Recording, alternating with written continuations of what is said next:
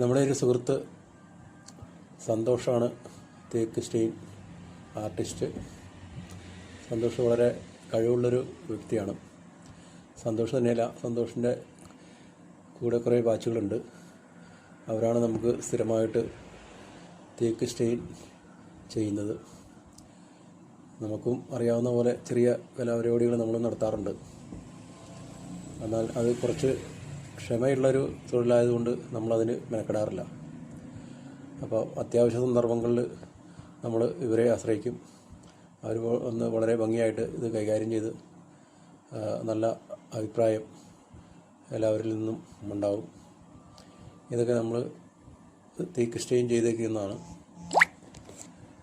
പണ്ടൊക്കെ തേക്ക് സ്റ്റെയിനിങ് എന്ന് പറഞ്ഞാൽ വലിയ ചിലവാണെന്ന് കരുതി ആരും അതിന് മെനക്കാറില്ല. എന്നാൽ ഇപ്പോൾ മിക്കവരും തന്നെ അത് ചെയ്യാൻ ശ്രമിക്കുന്നുണ്ട്.